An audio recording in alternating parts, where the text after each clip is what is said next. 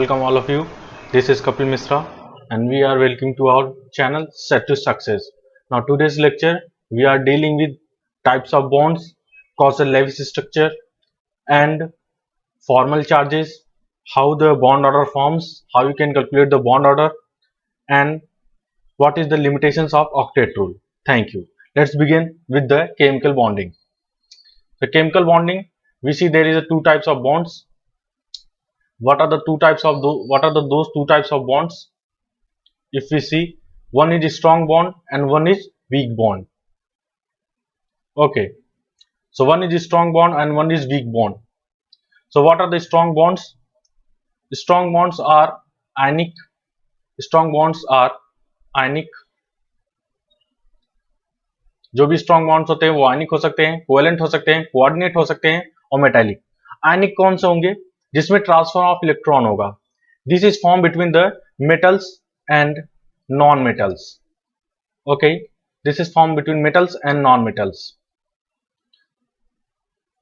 This is form between metals and non metals. ठीक है, because जो मेटल होता है वो इलेक्ट्रॉन एक्सेप्टर होता है और जो नॉन मेटल होता है वो इलेक्ट्रॉन डोनर होता है. जैसे NaCl, Na प्लस और Cl माइनस है. ठीक है, Na प्लस अगर Cl माइनस है तो दोनों आयनिक फॉर्म में जब होंगे तो Cl क्या कर सकता है? आयंस को एक्सेप्ट कर सकता है और स्टेबल हो सकता है. ठीक है, और क्लोरीन क्या कर सकता है? आयंस को दे सकता है. इलेक्ट्रॉन्स की बात की जा रही है आयंस के फॉर्म में.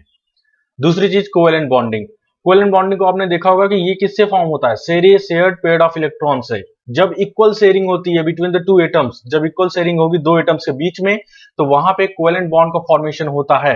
कोवेलेंट बॉन्ड एक स्ट्रॉन्ग बॉन्ड में काउंट होता है.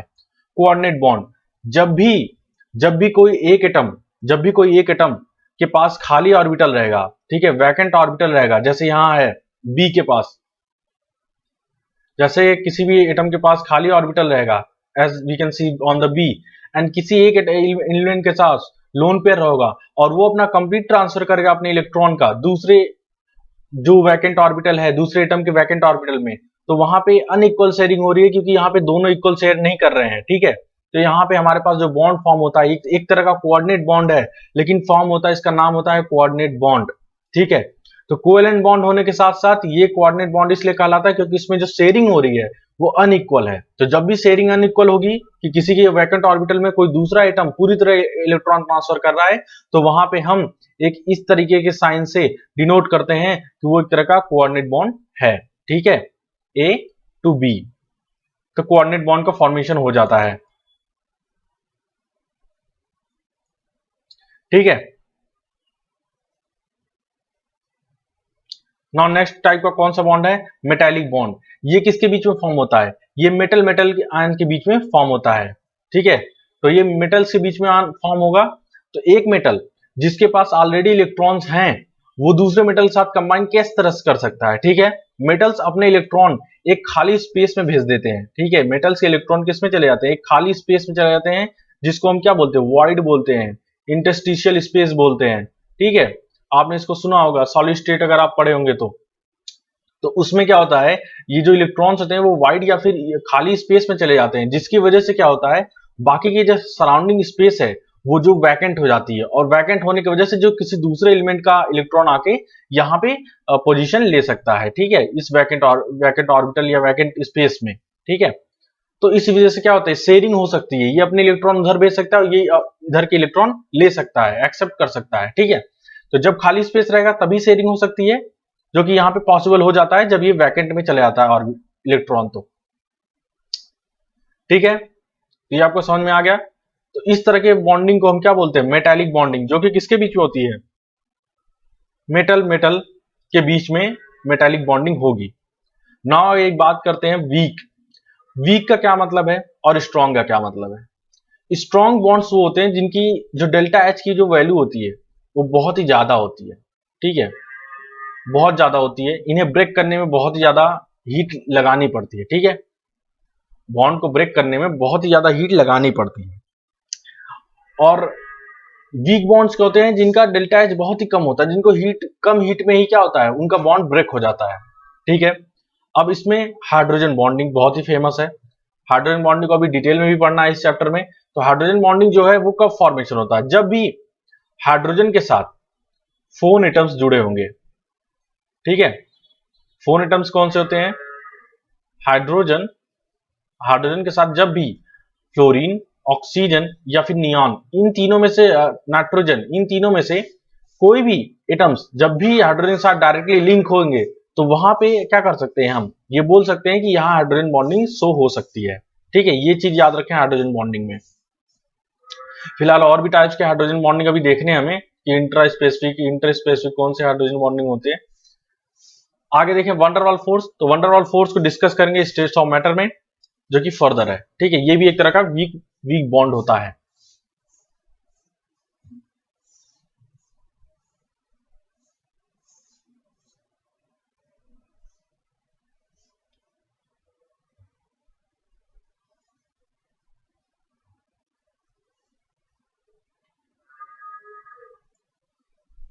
ओके, सो इस स्लाइड में हम क्या देखने वाले हैं, कॉजल लेविस अप्रोच या फिर ऑक्टेट रूल।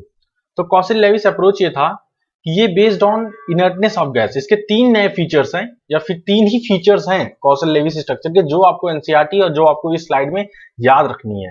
ठीक है, पहला है ये इनर्टनेस ऑफ गैस पे बेस्ड था। इनर्टनेस ऑफ गैस का क्या मतलब है कि इनर्ट गैस को जो इनर्ट गैस होते हैं, नोबल गैसेस को हम इनर्ट मानते हैं।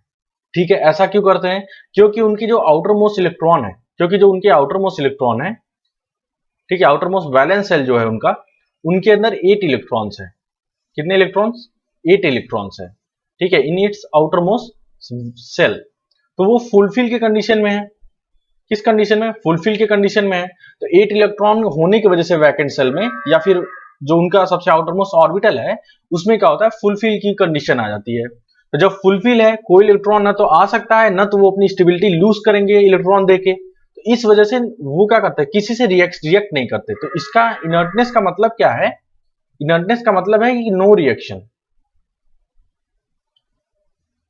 ये किसी के साथ रिएक्शन नहीं करेंगे। ठीक है, ये किसी के साथ रिएक्शन नहीं करेंगे।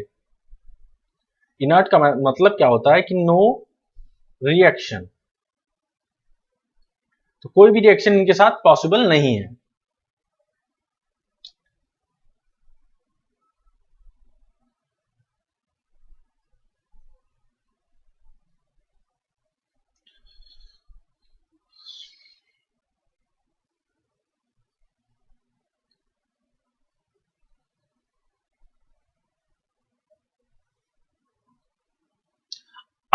नेक्स्ट क्या है कि atom combine together to transfer the electrons, gain, lose और शेयरिंग। ये आपको मैं पहले ही बता चुका हूं। ऑक्टेट रूल में क्या होता है, अपने ऑक्टेट को कंप्लीट करने के लिए एटम्स क्या करते हैं, तीन मेथड से अपने आप को सेटिस्फाई करते हैं, अपने ऑक्टेट को पूरा करते हैं। वो कौन कौन से हैं? या फिर वो ट्रांसफर कर सकते हैं इलेक्ट्रॉन को, ठीक है, एक इलेक्ट्रॉन को दो, एक इलेक्ट्रॉन को, और अपने अपने इलेक्ट्रॉन दे सकते हैं। ठीक है, इसको दे सकते हैं और फिर ये ले सकता है इलेक्ट्रॉन को। तो ट्रांसफर कर सकते हैं इलेक्ट्रॉन को। ठीक है, गेन कर सकते हैं, लूज कर सकते हैं और शेयर कर सकते हैं। गेन लूज भी आपने देख लिया है, ये आयनिक में बनाते हैं, शेयरिंग कोवेलेंट बनाते हैं, और ट्रांसफर अगर कर देते हैं तो कोऑर्डिनेट बना लेते हैं। टाइप ऑफ बॉन्ड हमारे एटम के कंबाइनिंग के ऊपर डिपेंड करता है। In the case of hydrogen and helium, hydrogen और हीलियम के केस में क्या होता है, आउटर मोस्ट के दो ही ये ड्यूप्लेट बनाते हैं। ड्यूप्लेट का मतलब कि इनके आउटर मोस्ट में 8 इलेक्ट्रॉन नहीं होते, 8 इलेक्ट्रॉन नहीं होते, इनके आउटर मोस्ट में 2 इलेक्ट्रॉन होते हैं। ठीक है, तो इनके आउटर मोस्ट में कितने इलेक्ट्रॉन? 2 इलेक्ट्रॉन हो गए।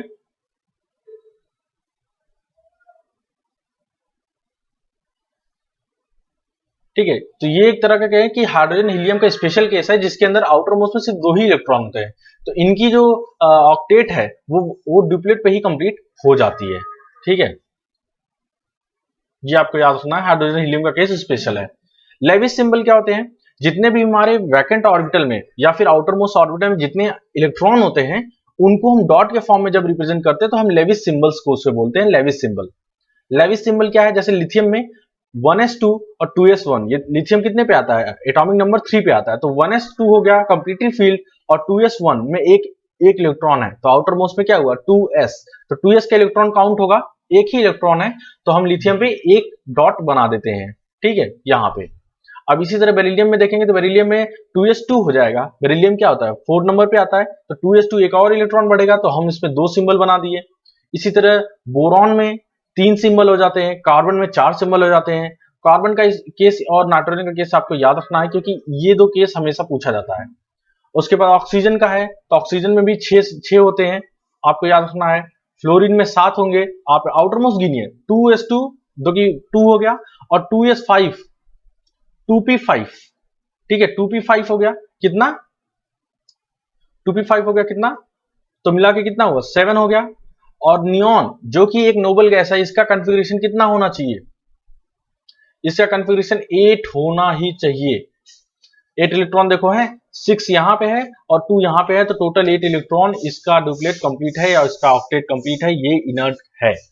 तो नियॉन एक तरह का इनर्ट गैस है, ये आपको पता चल गया कैसे, क्योंकि इसके पास 8 इलेक्ट्रॉन कंप्लीट है, ये किसी से ना तो दे सकता है ना तो ले सकता है, तो ये किसी भी तरह की किसी से बॉन्डिंग नहीं कर सकता, ठीक है।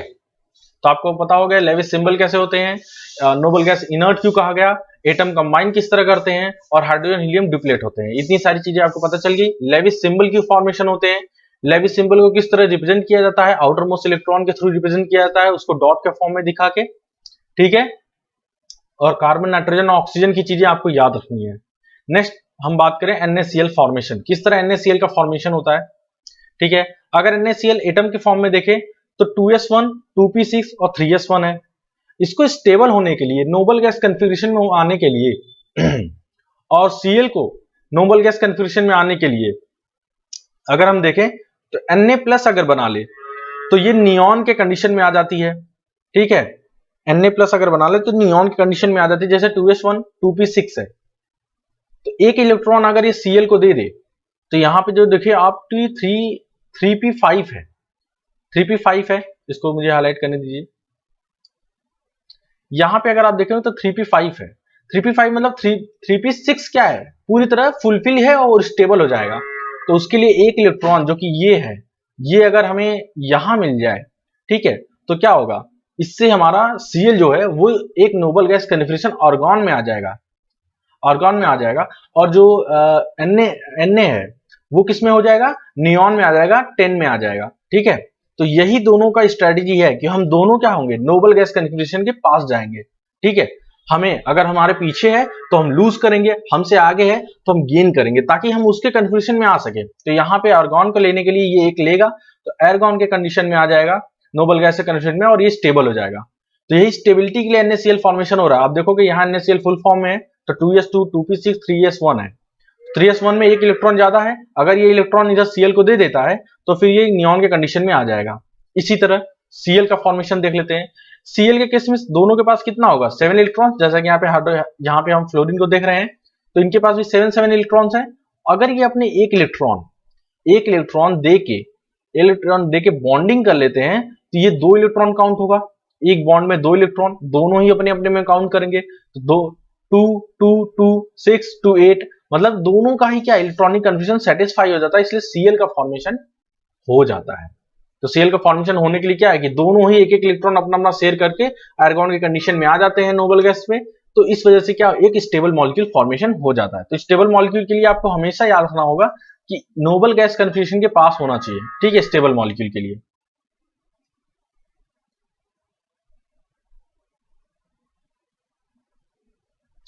Okay cool. उसके बाद अब यहाँ पे कुछ इंपॉर्टेंट बात की अगर हमें पूछे जाएगा कि बॉन्ड ऑर्डर क्या है, बॉन्ड ऑर्डर हमेशा गिनते हैं नंबर ऑफ सिग्मा बॉन्ड्स, कितने बॉन्डिंग है वहां पे, ठीक है। तो यहाँ पे सिग्मा बॉन्ड है, एक सिग्मा बॉन्ड है, तो इसकी बॉन्ड ऑर्डर क्या हो गई 1। अभी हम बॉन्ड ऑर्डर आपको निकालना बताएंगे कि किस तरह बॉन्ड ऑर्डर निकलता है। नंबर ऑफ बॉन्ड कितने हैं वो भी 1, आप देख सकते हो, क्योंकि सिग्मा बॉन्ड ही एक हो। और इलेक्ट्रॉन कितने शेयर हुए हैं, क्योंकि एक एक इलेक्ट्रॉन, यहाँ पे 2 इलेक्ट्रॉन है, एक इसके इलेक्ट्रॉन शेयर हुआ है, ये वाला, ठीक है, एक ये वाला इलेक्ट्रॉन शेयर हुआ है और एक ये वाला इलेक्ट्रॉन शेयर हुआ है, तो दोनों ही अपना अपना इलेक्ट्रॉन शेयर किए हैं, ठीक है। तो आप यहां से देख सकते हो।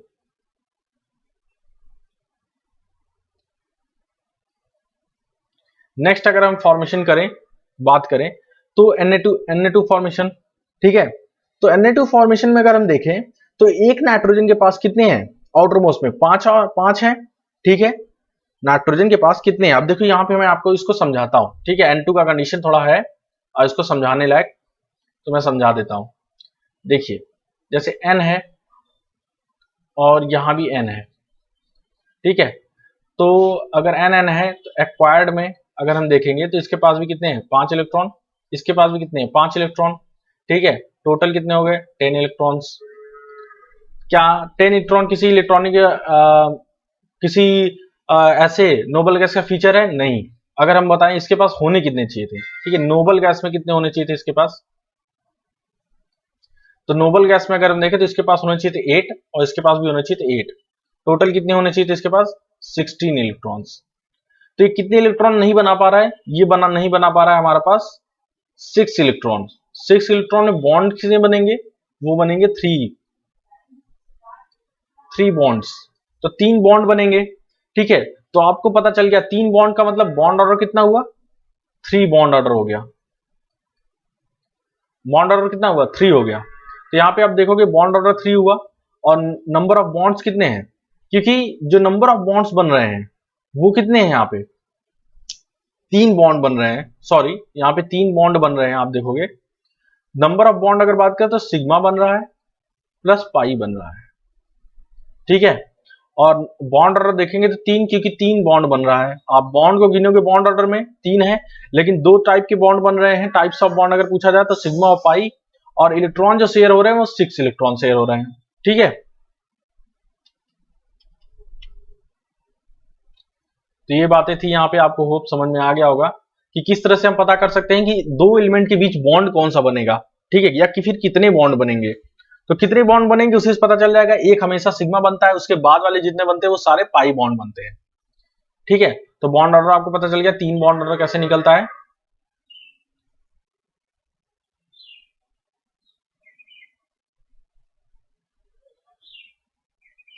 आप ये वीडियो के थ्रू नोट कर लीजिएगा, क्योंकि मैं स्लाइड को मेन पर्पस में रखता हूं कि जितने में आपका काम बन जाए। ठीक है, जिसे एक्स्ट्रा नॉलेज चाहिए, जिसको एक्स्ट्रा समझना है, वो स्लाइड की चीजों को देख सकता है पढ़ने के लिए कि कौन सी चीजें किस टाइप में है। तो यहां से भी आपको समझ में आ जाएगा अगर आप वो अप्रोच फॉलो करते हैं। एक एग्जाम्पल हम छोड़ देते हैं, ठीक है, ताकि आप उससे कंप्लीट कर सको। तो नेक्स्ट अगर हम देखें तो यहाँ पे सीओ बॉन्ड का मतलब है कि कार्बन और ऑक्सीजन को अब देख लीजिए, यहाँ सेम कंडीशन है कार्बन ऑक्सीजन की। कार्बन के पास 4 है और ऑक्सीजन के पास 6। होना कितना चाहिए इनके पास नोबल गैस के हिसाब से, 8 इलेक्ट्रॉन्स होने चाहिए। ठीक है, 8 इलेक्ट्रॉन्स होने चाहिए, 8 16, और इनके पास है कितने, 10। टोटल 6 इलेक्ट्रॉन, 8 3 बॉन्ड बनाएंगे, 3 बॉन्ड बनाएंगे। और CO2 है तो 16 इनके पास क्या होना चाहिए, 16 इनके पास। अगर CO2 का केस देखें तो यहाँ पे 3 बॉन्ड बन गया, क्योंकि 6 इलेक्ट्रॉन है तो 3 बॉन्ड का फॉर्मेशन हो गया, तो बॉन्ड ऑर्डर यहाँ पे कितना हुआ, 3। ठीक है, टाइप्स ऑफ बॉन्ड भी कितने होंगे, 2, और नंबर ऑफ बॉन्ड कितने होंगे, नंबर ऑफ इलेक्ट्रॉन शेयर्ड वो है 6।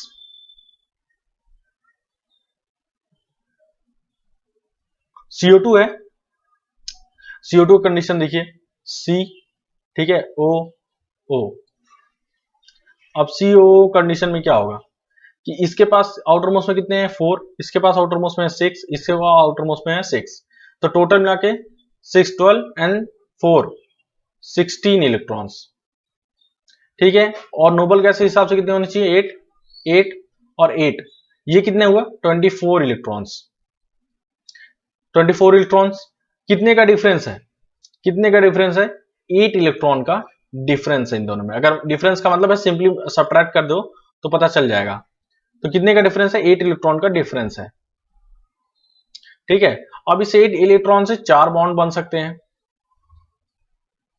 ठीक है, अब इस 4 बॉन्ड की अगर बात करें तो ये 4 बॉन्ड का मतलब बॉन्ड ऑर्डर कितना हो गया, 4। ठीक है, तो बॉन्ड ऑर्डर भी कितने हो गए, 4 हो गया। तो ये केस हो गया आपका किसका, CO2 का।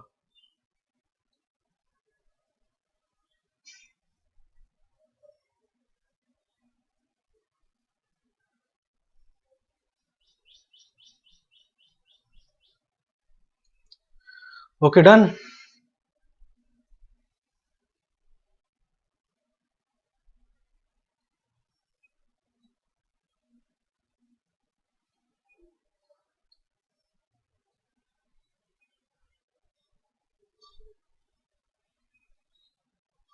नेक्स्ट स्लाइड पे चलते हैं।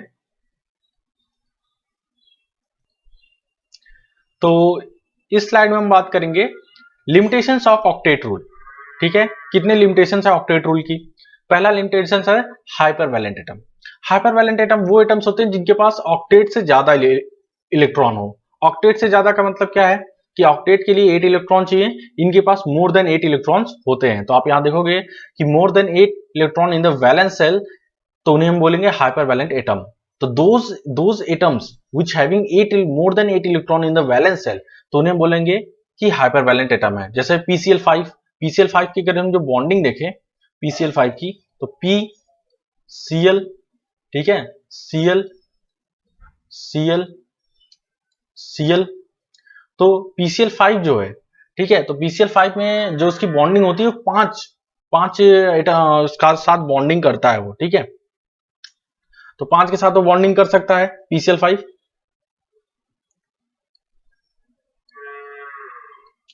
तो कुछ इस तरह का होता है, ठीक है, कुछ इस तरह का होता है PCl5 का स्ट्रक्चर।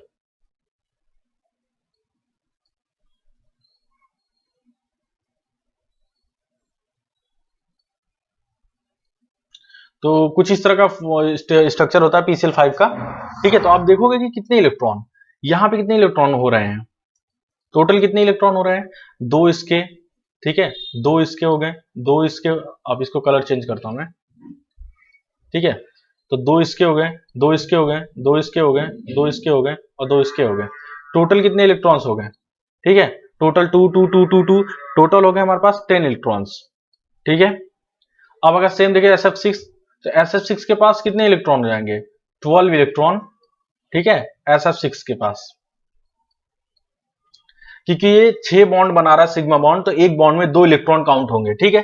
तो 12 इलेक्ट्रॉन से 10 इलेक्ट्रॉन, ये सब क्या है, ऑक्टेट से ज्यादा है, ठीक है। तो ये एक तरह की लिमिटेशंस हो गई, ठीक है। जैसे SF6 में 12 इलेक्ट्रॉन्स हो गए, PCl5 में PCl5 में अगर बात करें तो 6 इलेक्ट्रॉन्स हो गए। नेक्स्ट अगर बात करें हाइपोवैलेंट एटम, हाइपोवैलेंट एटम मतलब less than 8 electrons in the valence shell अगर है, तो हम उसमें बोलेंगे hypovalent atoms, okay. Odd electron species do not follow, ठीक है। ऑड इलेक्ट्रॉन स्पीसीज का मतलब जिनके पास ऑड इलेक्ट्रॉन्स हो, ऑड मतलब ऑड इवन तो समझते हो ना, इवन मतलब जो 2 से डिवाइड हो जाए, ऑड मतलब जो 2 से डिवाइड ना हो, ठीक है। तो जो 2 से डिवाइड नहीं होगा, जैसे NO का अगर केस हम देख लें, NO का केस, तो इसमें कितने हैं, आउटर मोस्ट में 5, इसमें आउटर मोस्ट में कितने होते हैं, 6, तो ये हो गया 11। अब 11 एक तरह का ऑड है ना, तो ये नोबल गैस अटेंड कर रहा है ना, तो कोई चीज इलेक्ट कर रहा है, तो 11 इलेक्ट्रॉन एक तरह का किसका, ऑड स्पीसीज का है। तो ये भी क्या है, ज्यादा इलेक्ट्रॉन हो जा रहे हैं इसके पास, तो ये भी क्या हो रहा है, एक तरह की लिमिटेशन से, ऑक्टेट रूल से, ऑक्टेट से ज्यादा इसके पास इलेक्ट्रॉन है। तो NO समझ लो हाइपोवैलेंट हो गया, हाइपोवैलेंट आपको समझा दिया, ऑड इलेक्ट्रॉन आपको समझा दिया। हाइपोवैलेंट मतलब जिसके पास इलेक्ट्रॉन कम हो, ठीक है। Li और Cl दोनों के इलेक्ट्रॉन काउंट कर लोगे तो वो 8 से कम ही आएंगे, तो वो एक तरह का हाइपोवैलेंट एटम हो गया। इनर्ट गैस और ONF, अब इनर्ट गैस कौन कौन से कंपाउंड बनाता है, इनर्ट गैस में सिर्फ जेनॉन एक ऐसा कंपाउंड है जो कि कुछ जेनॉन जो है, जो कि कुछ क्या करता है, बॉन्डिंग कर लेता है किसी के साथ, ठीक है। अब जैसे इलेक्ट्रॉन अगर देखें, जेनॉन का एक कंपाउंड है XeOF4, XeOF4, ठीक है। तो जेनॉन क्या कर सकता है, दो इलेक्ट्रॉन दो, जेनॉन 4 इलेक्ट्रॉन इसे दे सकता है, ठीक है, 4 इसे दे दिया, 2 इसे दे दिया और 2 लोन पेयर भी इसके पास है, ठीक है। जेनॉन इस तरीके से बन रहा है। तो ये कंपाउंड, पहले तो हम जानते थे कि इनर्ट गैस क्या होता है, कोई कंपाउंड नहीं फॉर्मेशन करता, अभी हम यहां देख रहे हैं कि यहां फॉर्मेशन कर रहा है, तो ये भी एक तरह का क्या है, लिमिटेशंस है। क्योंकि इनर्ट गैस के जो नोबल गैस के इनर्टनेस पे ही तो बेस्ड था ऑक्टेट रूल, और अगर इनर्ट गैस फॉर्मेशन कर रहा है मतलब अपनी इनर्टनेस छोड़ रहा है, तो उसको हम क्या बोलेंगे कि एक तरह का लिमिटेशन है ऑक्टेट रूल का। ऑक्टेट रूल के भाई 3 पॉइंट इंपॉर्टेंट है, अगर आपको वो 3 पॉइंट याद है तो आप ऑक्टेट रूल या कॉसल लेविस स्ट्रक्चर के कोई भी क्वेश्चन आता है तो आप उसे कर ले जाओगे। नेक्स्ट अगर हम बात करें, नो एक्सप्लेनेशन फॉर स्टेबिलिटी, कोई भी एक्सप्लेनेशन क्या है, नहीं है स्टेबिलिटी के लिए, ठीक है।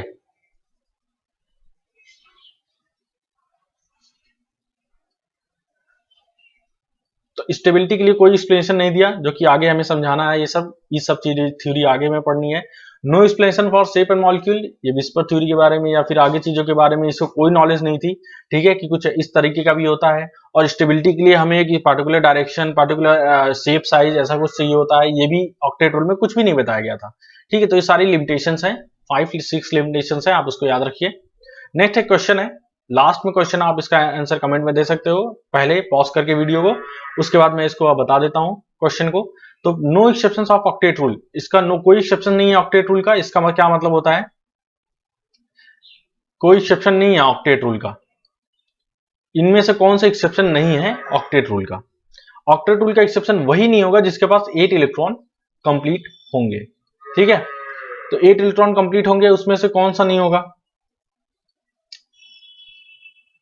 अब देखिए BF3 के पास 3 बॉन्ड बन रहा है, एक बॉन्ड में, एक बॉन्ड अगर बना BF3 के साथ, एक बॉन्ड का 2 इलेक्ट्रॉन, तो 3 बॉन्ड का कितना होगा? 6 इलेक्ट्रॉन्स। PCl5 अगर बात करें, PCl5 एक बॉन्ड का 2 इलेक्ट्रॉन, 5 बॉन्ड का कितना होगा? 5 bonds is equal to 10 electrons. Bi2 ये क्या है? ये एक तरह का हाइपोवैलेंट एटम है। SnCl4 4 इलेक्ट्रॉन्स, 4 इलेक्ट्रॉन्स इसके, 4 इलेक्ट्रॉन्स इसके, तो ये लोग कितने इलेक्ट्रॉन दे रहे हैं? 8 इलेक्ट्रॉन्स, और ये सेटिस्फाई कर रहा है ऑक्टेट रूल को, तो आपका आंसर होगा बी। Thank you.